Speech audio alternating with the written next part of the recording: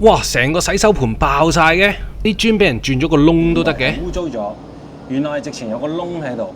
佢係條拉去到咁樣嘅。哇！條膠邊都凹埋出嚟喎。Hello， 大家好，我係 Jack 啊。今次咧，我哋唔睇樓呢一條片咧，我哋就係驗樓。咁之前咧，黃金海灣就好多業主收咗樓啦。咁好多謝今次呢條片嘅贊助，好師傅佢哋嘅一個裝修平台啊。咁今次咧，佢哋提供咗3個驗樓嘅 quota 俾我哋嘅觀眾啦。喺之前咧，我哋都已經作出一個挑選啦，唔可以話抽獎噶嘛，係挑選。咁我哋就挑選咗3位嘅觀眾咧，去進行今次嘅驗樓。而喺呢條片咧，我都揀選咗3個裏邊嘅其中2個單位，分別係一間1房大細嘅開放式單位，而另外一間咧就係海景嘅2房。而今次咧驗樓嘅結果咧，我哋而家就拍呢個片頭咧就已經係進行咗㗎啦。咁的確咧，好似以往嘅或者我呢個預告咁樣咧，係個驗樓質素啊，或者個交樓水平係另外有少少驚訝啦，唔可以話驚嚇，又唔可以話驚喜嘅，咁就驚訝嘅，咁就唔講咁多啦，你哋出發睇下啦。再重新多謝好師傅裝修平台，佢哋嘅驗樓團隊今次贊助我哋呢3個嘅驗樓名額。咁就記住俾 like 訂閱我嘅 YouTube channel， 留意我嘅 YouTube channel。如果日後有多啲驗樓或者呢啲筍嘢嘅話咧，我會擺呢個 channel 嘅貼文社團嗰度啊。咁咧你哋就會睇到噶啦。咁就記住訂閱咗先。我哋而家就即刻出發睇片。好啦，嚟到咧，今次我哋要驗樓嘅第一個單位，初步帶大家先望咗個間隔先，因為陣間驗樓咧黏晒貼紙影出嚟就唔好睇。首先咧門口嘅位置咧，呢一個我哋睇嘅咧係一個大少少嘅開放式嘅單位，但係咧發展商咧買嘅時候咧，佢會送咗一系列嘅傢俬，將開放式嘅單位咧變咗個1房嘅間隔。首先入門口咧，佢會有一個幾長少少嘅一個走廊位，只不過咧，佢呢度嘅用途都幾多嘅，包括我哋而家見到嘅鞋櫃位啦。鞋櫃如果開放式嚟講咧，1、2、3、4格，而每一格咧擺鞋嘅數量咧，其實都多嘅。如果你咧再多少少入邊擺多對咧，一格擺4對嘅，其實可以。跟住咧，然後上面就做翻一個台面啦，就有啲燈光，有個電掣 USB Type C 都有嘅。咁嗰啲少少甚至乎魚缸擺個魚缸仔喺度都得。咁上面就好正常嘅收納位同埋電箱嘅位啦，都幾深嘅。其實呢個櫃比起一般我哋睇開嘅。咁嚟到咧入邊咧就係單位裏邊嘅雪櫃位。咁雪櫃就一個半身啦，冇冰格就喺呢度。咁然後上面就微波蒸焗爐嚟嘅，呢個係嗰個水係入喺呢一度。咁然後上邊咧都係一個收納嚟嘅，咁基本上呢個 area 就大多數都係一個雪櫃啦，同埋啲收納空間為主。然後入嚟咧第一個 area 就係一個洗手間。洗手間咧反而大細咧，不論係可能2房啦或者1房咧，佢哋個大細我感覺上都係差唔多。咁入人嘅空間都係大概一個人，跟住轉身 OK 嘅。咁洗手盤呢啲位置啊，淋浴間呢啲位置咧都算正常，閂門咧都唔會阻到嘅，即係當然我唔算大份啦。咁然後咧有一個位置入門口呢度會有一隻窗，咁呢個單位咧雖然單位唔大，但係窗都比較多。而我哋呢邊咧就望翻去叫做黃金海岸嗰邊方向，其實做空氣流通為主咯，因為咧。另外嗰邊嘅景觀咧，呢個單位嘅景觀會係望翻後邊屯門公路啦、哈羅國際學校啦，聲音上會多啲，未必會開呢邊窗咧，就開呢一隻。咁首先第一個 area， 雖然我哋擺嘢，但係應該唔阻你睇嘅。一個明火爐頭，前後2個開放式做明火咧，其實都叫做比預料之中感興趣嘅，因為好多時候電磁爐咧就未必個話中意，即係雖然開放式就未必成日煮嘢食，但係煮起上嚟都希望可能有啲鑊氣咁樣。咁然後櫃面咧呢啲嘅收納空間咧都足夠嘅，即係呢啲櫃啊、燙櫃啊，同埋洗衣乾衣機啊都會有喺度。備餐區位其實就唔算太多，咁上面呢啲收納位啦都有嘅。咁然之後嚟到單位啦，單位咧係原則一個開放式嘅 area 啦，呢度闊度咧大概係7尺接近8尺左右。咁而見到咧，我哋單位裏邊最我諗最多人留言講嘅咧，可能會係呢個景觀，因為我哋呢邊咧會望翻去屯門公路方向。但係好在咧，單位裏邊咧，佢而家呢隻玻璃係雙層玻璃嚟嘅，咁變咗咧嗰個聲音咧，其實冷氣機嘅聲音係大過現場呢個車嘅聲，但係咧係喺我閂咗窗嘅情況下啦，當然。咁如果你話喂唔係喎，我唔信喎，可能你係上到嚟咧，我先話到俾你聽，因為我冇分貝儀喺呢一度。咁然後景觀其實算開揚嘅，你問我真係，因為對面咧就左手邊就望翻去哈羅國際學校啦，咁然後再左就係武名山，而直望都係一啲山景為主。咁然後其實咧發展商會做咗一個家私套餐喺呢一度，呢個位置咧就預計應該會係一個床啦，跟住有個櫃咧做一個間隔，然後呢度做翻一個客飯廳，因為咧呢度做客飯廳咧個景觀其實都係一樣㗎啦。咁就不過我聽講好似要成入咗伙之後都要成個月後先送到家私嚟，咁變相如果自己住咧，哇原來真係會有啲耐咯，好似成個月，因為我見好似新鴻基嗰啲咁樣咧，未入伙就擺晒喺度㗎啦嘛，等你驗好樓就再裝翻上去啊嘛。好啦，嚟到露台啦，哇個聲音係有啲大嘅。咁露台咧係我哋發展商嗰陣見到咁樣啦，一個大露台啦，然後 area 咧其實都幾 OK 嘅，只不過咧望住呢邊嘅公路咧，可能塵啦嗰啲會有啲大，聲音會有啲真係幾勁嘅。咁但係如果你話計呢個單位嘅話咧，露台叫做一個擺下張凳仔望住呢個景觀，發下吽哣一個戶外嘅空間咯，都算係。咁就我諗呢個唔算一個好加分嘅位，因為個景觀係望住一條公路。但係咧，如果你話撇除公路係開揚嘅個景，好，跟住我哋入翻去呢個單位咧，我哋就睇完啦。單位唔大，基本上咧就係咁嘅間隔。而家就開始驗樓啦。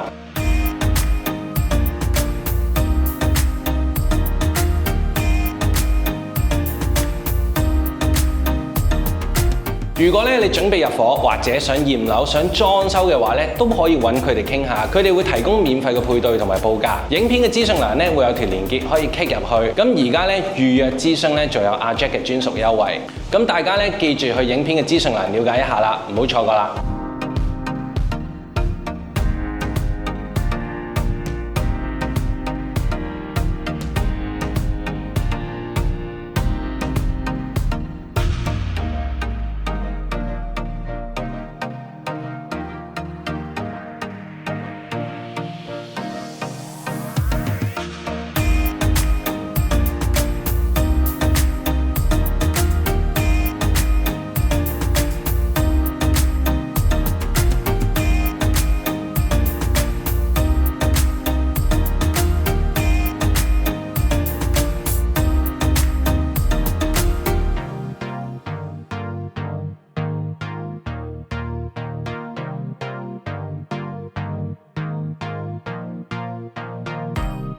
好啦，驗樓就終於驗完啦，終於我成個現場基本上係佈滿晒彩虹色嘅 Mimo。我見今次係成包 Mimo 都用晒喎。今次咧比較多嘅位置係通常有啲咩問題咧？主要其實成個單位嚟講就比較可能個面感覺就比較污糟少少啦，即係尤其是可能睇到牆身油漆咧係比較多啲嘅，咁同埋窗都見到，無論係入邊同埋裏面咧，其實都好多污跡啊，各樣需要清潔啊咁樣。我見外牆咧就之前收樓嘅時候咧有膠大蓋就佢之後會揾吊船再做清潔嘅，但係入邊或者牆身呢啲咧，其實我哋見到真係幾多粒啊、崩啊、污跡啊嘅位置。同埋我見咧，我哋發現基本上有幾個位咧係真係幾難接受，即係我自己覺得就係如果我揾人嚟做裝修咁樣交樓俾我咧，係應該接受唔到嘅。首先我哋去睇下第一個位先。嚟到咧第一個位置咧就係呢個洗手間，我自己見咧都已經，就算業主自己都見到啦。哇！呢個位置其實幾誇張喎，佢係真係爛咗咯，即係甩皮咁樣。佢應該係搬嘅時候係咪撞爛咗咧？係啊，因為依一般嘅情況，我諗最常會出現啲咁嘅情況，就真係可能搬嘢嘅時候真係撞崩咗啊，或者係其實你見到而家個飾面上面咧都見到係裂咗㗎啦已經。咁係有咁嘅情況啦。不過都幾意外，因為呢個都係一個比較當眼少少嘅位啦。咁但係可能收樓嘅時候，佢又照裝嘅，係啦 check 嘅時候可能都係 miss 咗呢個位置。咁我覺得呢個位可能都真係需要呢個位置都要換過去處理。如果換佢係要成幅全部換啦，定係可以淨係換呢個位？嗱當然啦，我哋睇翻而家呢個駁口位嘅話咧，佢涉及係呢個講緊呢個廁嘅地櫃嘅情況啦。咁可能我諗點都要喺呢一個部分要拆出嚟，即係起碼要呢塊飾面板都要換過去。咁當然你話下邊嗰地櫃應該有可能都可以唔需要喐嘅。咁但係因為佢而家係涉及一個彎位，就成即係簡單啲嚟講就係成塊咧，係啦，都要去處理好佢嘅咯。哇 ，OK。咁仲有咧，另外一個位，我自己覺得咧就爭啲嘅地方就係呢。第二個位置咧就喺廁所出邊咧，佢會有啲掣位。我見到咧上邊咧，反而今次咧，我以往跟你哋咁多次驗樓，我都未有見過呢啲情況出現。佢呢啲係呢啲係通常佢油漆批灰嘅問題嚟㗎嘛？應該咁講啦，呢啲涉及電掣位嘅收口咧，咁其實當然啦，一般個處理佢哋都係可能裝好咗個電掣面，咁再面嘅時候去收口嘅。但係譬如我哋見到而家呢啲位置咧，佢有個凹痕啊，或者有裂痕，咁可能本身個底都唔係話做得太好啦。咁跟住之後，咁佢再喺個飾面去油嘅情況底下，可能就亦都係包唔實或者鎖唔實嘅情況底下，就會有機會有咁嘅情況出現咯。咁呢啲當然啦，我哋都會有見到嘅，即係譬如有時啲電掣位置係比較常見少少，因為始終佢係唔係一個平面嘅牆㗎嘛，咁同其他我哋見到油漆牆身嘅情況底下咧，咁係有時都有啲咁嘅情況。咁不過呢啲情況當然要處理都唔太難嘅，都可以喺油漆批灰度去處理。同埋本身掣呢度咧，佢機撳落去咧，呢個位都同一般嘅，佢冇彈一聲，佢入邊係好似棘住咗啲嘢咁樣嘅。係，冇錯。呢個位係。咁呢個我諗呢樣嘢就同個電掣可能個掣面嗰個質素有問題，即係一般都呢個都有時都會見到嘅，即係譬如話可能我哋同一批嘅掣面，無論係乜嘢牌子都好，咁可能有時都會出現呢個咁嘅情況。咁一般呢啲我哋其實換過個掣面，可能佢入邊有某部分嘅零件係唔 work 或者係運作得唔好，咁我哋換過去其實已經可以處理到個問題㗎啦。OK。咁係咪諗住完咧？其實仲有第三個位，我哋去睇埋。第三個位置咧，就我見咧，通常比較多窗嘛，窗都會包邊嘅。而呢一個叫做窗嘅組件咧，我見上面呢度直情係冇封口喎，係本身唔使封啦，定係佢封漏咗咧？因為嗰個都幾明顯㗎呢個位。當然咧就咁睇翻，其實最好都封翻佢啦，因為始終如果喺個住戶嘅角度嚟講，咁本身呢個組件無論係點樣組裝都好，上邊嗰條罅其實喺戶主嘅角度嚟講，其實都唔需要嘅，因為始終都會有啲積塵啊。你唔會擺嘢㗎嘛？係啦，冇錯。咁所以可能呢個位置就收翻口會比較好啲咯。咁另外都睇到其實譬如可能底下啦，我哋嘅雲石台面啦，佢都有啲收口係 miss 咗冇做到嘅。咁係啦，咁同埋窗即係雲石底嘅油漆嘅部分咧，都比較明顯多 defect 嘅其實。咁當然呢個都係一個油漆我哋常見會做得比較唔好嘅地方嚟嘅，因為始終唔同牆身油漆，佢係一個比較陰沉少少嘅位置。同埋今次油漆我見到真係比較甩漏多。係。同埋然後我見到有啲邊位我都唔知佢係吹咗條膠帶過嚟啊，定係佢安裝嘅時候甩咗？因為啱啱咧呢一隻窗咧就需要問管理處去借嗰個柄先可以打得開，我哋先可以睇到出邊。咁但係暫時我哋就未必睇到。咁就留翻俾我哋照寫翻落去報告度，交翻俾管理處佢哋去跟進啦。好啦，跟住呢一個單位我哋驗完啦，我哋轉個頭再去另外一間兩房單位。Hello， 大家好，我係 Jack 啊。之前咧黃金海灣咧就收咗樓啦，咁我都出咗個 post 啦。今次咧就好多謝咧好師傅贊助咗3個驗樓嘅名額。咁而今次呢條片咧，我亦都喺3個名額裏邊咧就抽取咗2間係作為呢條片嘅拍攝。咁而家咧就已經係驗咗第2間一個2房嘅單位。咁而呢個單位嘅景觀都幾靚嘅，但係咧發現咧今次咧好多都幾多問題，而個問題有啲嘅地方咧令我覺得咧好似都幾求其嘅個交樓嘅感覺，同我哋之前睇開嘅驗樓，尤其新鴻基嘅驗樓咧係個兩者相差都幾大分別嘅。咁今次咧我哋會睇一間開放式嘅間隔1房嘅大細，另外咧再睇一間海景嘅2房單位。咁而家咧就即刻出發睇下今次嘅驗樓同埋嗰個單位嘅間隔係點嘅樣。咁如果你都收緊樓，如果有驗樓需要咧，我都可以推介你嚟一個好師傅嘅驗樓團隊嘅。影片嘅資訊欄咧會有今次嘅驗樓連結嘅，咁就有興趣有驗樓需求都可以撳入去登記一下，會有專人聯絡噶啦。咁而家就即刻出發，記住俾 like 訂閱我嘅 YouTube channel。好啦，嚟到第二間啦，第二間咧就大翻啲啦，係一間兩房單位，而呢一隻咧仲要係兩間房歸兩邊，一個飛機式蝴蝶式嘅間隔，冇乜走廊位嘅。入門口嘅位置咧都會有呢一個發展商配備嘅鞋櫃啦，一個擺嘢嘅地方，同埋上邊咧一個電箱同埋一個小小嘅收納位置。咁而呢度咧基本上就都係好多時候都會見到噶啦。咁入門口第一個位置，我哋就梗係睇咗廚房先啦。開放式廚房比起啱啱嘅開放式唔同咧，佢係直情兩個爐頭，有真係俾你大煮餸、大火力啲嘅爐頭。另外咧就正常前後兩個可能煮個麵嘅爐頭。咁備餐區相對就多咗好多啦。發展商今次都有送到，送咗呢個咩啊？熱水煲同埋呢個麵包嘅麵包多士爐啊，係咪？咁同埋啲小零食。咁然後咧雪櫃咧就喺呢度，咁就同之前咧其實好多時候發展商睇嘅都係喺翻度噶啦，都係呢個位置惠而浦嘅。咁然後咧我哋嚟睇下洗手間。洗手間嘅空間咧，實際收樓咧都係咁上下，活動空間都算正常。因為好多時候我諗都係一個人喺洗手間度嘅啫。咁活動呢啲咧，睇下個浴缸、閂門口都冇問題。咁兩房就梗係冇問題啦，因為開放式都冇問題啊嘛。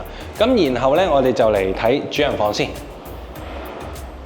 主人房咧呢邊咧就我哋嗰陣睇發展商嘅示範單位咧，有一個非常之吸引嘅地方。除咗咧我哋擺床嘅位置，床頭喺呢度望嘅景觀咧，如果由床頭咧望出去咧，就有一個海景。我哋個層數咧大概係10零樓高，啱啱好咧平咗隔離嘅呢個中月灣，咁就會望翻出去有少少海景睇到嘅。咁然後最吸引嘅地方就係主人房會有呢一個，你可以當佢一個衣帽間或者係一個 L 型3邊嘅衣櫃啦，訂咗一個勁大嘅衣櫃都得嘅。咁呢個咧係當時呢個單位我覺得真係幾唔錯嘅地方嚟嘅。咁然後小心啲啊，呢個位置。第二間嘅細房面積咧，其實差唔多咧係冇咗個入牆衣櫃位啦，窄翻少少啦，短翻啲嘅應該係。咁但係擺床咧，如果你話4尺床咧，大概去到嚟呢個位置啦，4尺半就多少少，大概去到呢個位啦。咁然後其餘嘅位置擺衣櫃同呢個書台都 OK 嘅。咁景觀都開揚嘅，咁樣望翻出去。近景咧係我哋樓下嘅泳池。然後遠處咧就係個海景，最後咧我哋嚟睇下單位裏面嗰個露台，出下露台啊！客飯廳呢度咧，我諗擺位上咧應該係我呢個位擺 sofa 噶啦，因為通常咧呢度門咧呢個就緊嘅，呢個喐動嘅，所以嗰度掛電視咧就唔會阻到個出入。咁然之後咧 sofa 擺喺度望嘅景觀咧，亦都係比較靚嘅。出嚟望下。露台咧38尺啊嘛，咁就基本上咧擺張凳仔望住呢個景觀啊 hea 下嘆下我都覺得唔錯嘅。近景望多次，出到嚟咧睇得實際啲。泳池景加埋個海景，仲有個沙灘，少少沙灘。咁呢度咧雖然你話係咪好完美，如果再高多2-3層應該更加完美，但係嗰陣個價錢好似好唔同，同埋都要抽籤噶嘛。咁而呢度咧個景我覺得 OK 嘅。起碼個海啊、泳池啊各方面都望到，幾唔錯。好啦，係時候睇下驗樓嘅結果又點樣啦。而家開始驗樓。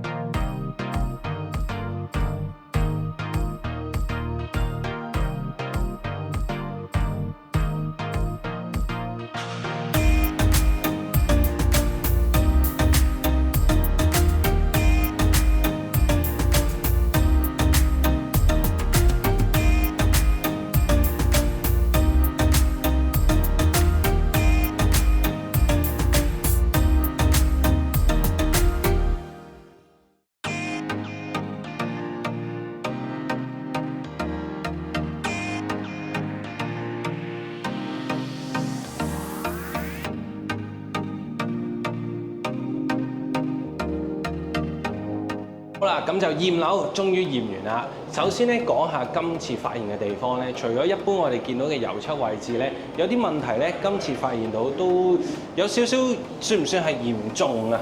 阿龍都算係嘅，都算係，因為咧喺露台，首先我哋講第一個發現到嘅位置咧，喺地磚嘅位咧，好多時候我哋都未必會見到嘅。初頭我哋以為係污糟咗，原來係直情有個窿喺度。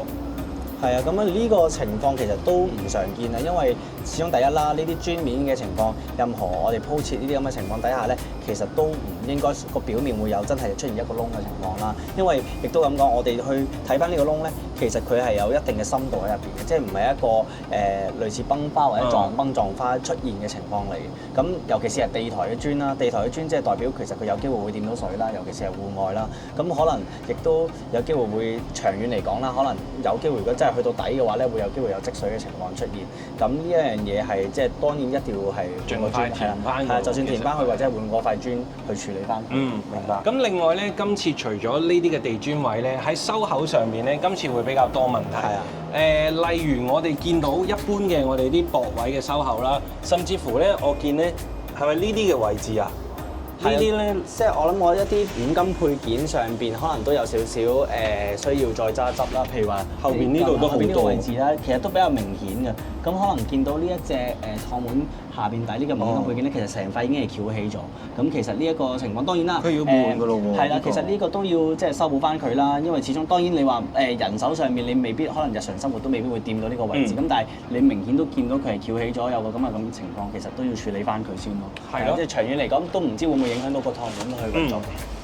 另外咧，呢一個位咧，反而我想問就係嗱，呢個就唔係一個開嘅窗嚟㗎啦。但係佢下邊呢啲嘅位置咧，其實通常如果佢唔係開嘅話，係咪應該會有收口位喺度嘅？咁睇翻而家呢一隻即係我哋叫緊咗嘅趟門啦。其實如果呢個位置係根本係冇辦法去開關嘅話咧，其實呢啲位置都最好要做翻收口嘅。咁嗱，當然啦，我哋而家就咁睇個底咧。可能佢曾經都有做過嘅，不過可能真係始終上面佢可能有啲時間嘅關係啦，咁啊都可能已經係甩咗啊各樣嘅情況。咁我覺得當然啦，呢個去修補翻就唔太大影響嘅，咁不過就都要補一補翻佢。好。同埋今次咧，我見廚房嘅位置咧，佢亦都係會有啲窿啊，甚至乎喺磚同磚之間咧，其實今次嘅交樓嘅標準嚟講都算係幾參差嘅，因為我見咧呢啲嘅位置會無啦啦少一忽啦，或者係啲磚咧又無啦啦會多咗一個窿喺度。呢啲嘅情況應該就算我之前跟你哋去驗樓都好少見啊！即係當然啦，我哋講緊如果你話任何嘅磚面嘅掃口粉啊各樣個情況咧，其實就我哋即係我哋個 standard 都係覺得就係首先要飽滿啦，同埋要大家係一致啲嘅，即係各樣嘅情況。咁但係都見到真係可能就咁一個短短一個廚房，有啲位置又少一忽啦，或者係甚至乎有啲已經出現有啲崩花嘅情況。咁其實呢啲都要處理翻嘅。係咯，好少見。我冇諗過會咁樣係膠。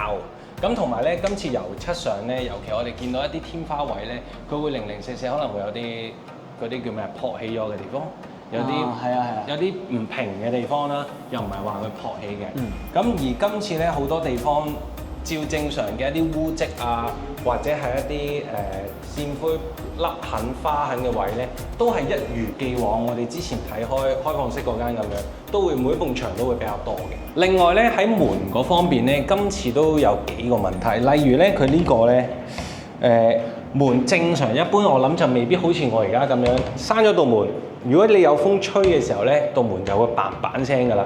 喺呢個位置咧，你哋可以影影，其實佢嗰條罅咧，即係正常就應該冇咁大嘅條罅，佢係條罅係去到咁樣嘅。咁我諗呢個咧應該係門鎖嘅時候咧，裝嘅時候就未必裝得好啱好，或者係呢啲門鉸嘅時候未必裝得太好。咁啊呢個都要抹翻低。咁而我諗最後咧就睇下份報告究竟要執幾多啦。希望發展商咧就快啲去處理翻好。咁今次咧多謝好師傅嘅驗樓團隊，佢哋去贊助今次嘅驗樓單位。咁就如果你哋都會有驗樓嘅需求啦，或者係裝修嘅需求咧，都可以撳影片資訊欄會有條 link 嘅。咁不論係驗樓或者係裝修咧，都可以做到免費報價。咁就最緊要咧就可以有一個安心100%員工嘅一個保證喺度。咁就今次影片去到呢度啦，唔知你哋覺得呢兩個單位同你預期中嘅一手交樓會唔會係你嘅想像咁樣嘅呢？咁就留言話我知。今次咧嘅驗樓報告咧就已經有啦。咁而好似正如我哋睇片嘅時候咧，或者喺個單位度發現嘅情況一樣啦。比較多咧，我自己嘅感覺咧，就係比較多好求其嘅交工咁嘅感覺啊。